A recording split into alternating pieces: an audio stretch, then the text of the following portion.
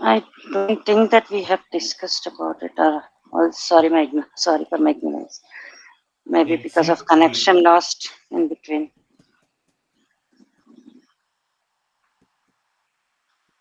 In a hedge fund and P, we call it as exit gate, but here with the mutual fund, we call it as a exit load.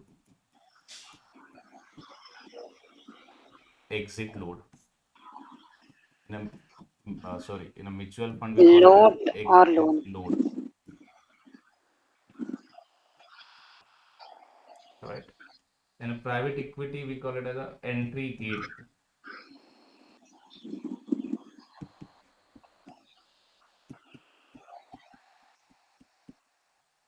That same entry gate, you would see, which is entry, not load,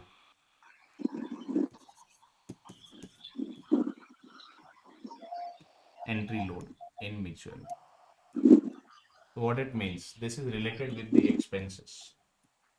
These are just charges, right? While a subscriber enters to the fund Yes, at the time or of exits the fund. subscription, sorry, at the time of redemption, Exit is at the time of redemption, and then entry is at the yes. time of subscription.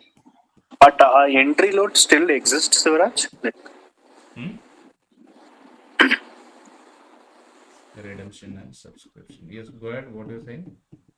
so entry load still exists in the fund? Like they're charging entry load? Yes, they charge it. So it means subscription related charges, we call it as a entry gate. Okay, okay. And redemption related charges, we call it as a exit gate. It can be, let's say, broker fees, commission, agent fees. So you might say. See, ultimately, why this is important, I'll tell you. Let's say you have received subscription request with $1,000 or $10,000, let's say. But you have received request from the Zerodha. So why Zerodha will freely announce or provide this facility to you? So it means broker charge 100 rupees. So you need to apply that 100 here, right? Because eventually fund received 9,900 net. Correct? Yes, no, maybe, guys.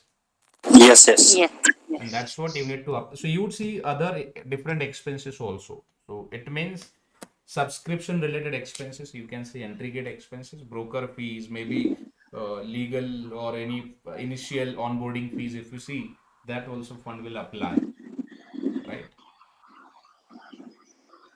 So those expenses you can treat as an entry gate expenses. At the time of redemption also, let's say you have received the redemption request through Zerodha. Zerodha is asking to pay 100 rupees broker. Fund will not paid from the pocket. Fund will paid from the redemption value. Let's say redemption value is 10,000 and the broker is charging 100. Then your fund will pay the 100 rupees from the redemption, net redemption value and apply it in the books of account. So those expenses should be your exit gate related expenses. Means at the time of exit, you might say expenses. At the time of entry also, you might say expenses. But in a hedge fund and uh, private equity entry gate, it means again apart from the expenses that the terms entry and exit gate, it is talking about the duration also. Here also you would see the same. Let's say if you hold in mutual fund for a 1 year minimum, so the gate fees would be or load entire load fees where fund will charge around 1%. But within a 1 year, means let's say before the 1 year, if you take the exit, then fees would be 2%. So in that way, you would see the provisions. The same provisions apply here as well. Let's say investor initially received for a 10 years, but now it is asking for money. So it means every fund apply the exit gate. So it means even penalty also come into picture. So exit gate is for 10 years. So investor should hold the investment for next 10 years. If investor is asking for early redemption, then exit gate charges will apply. 1%, 2%, 3%, whatever it is.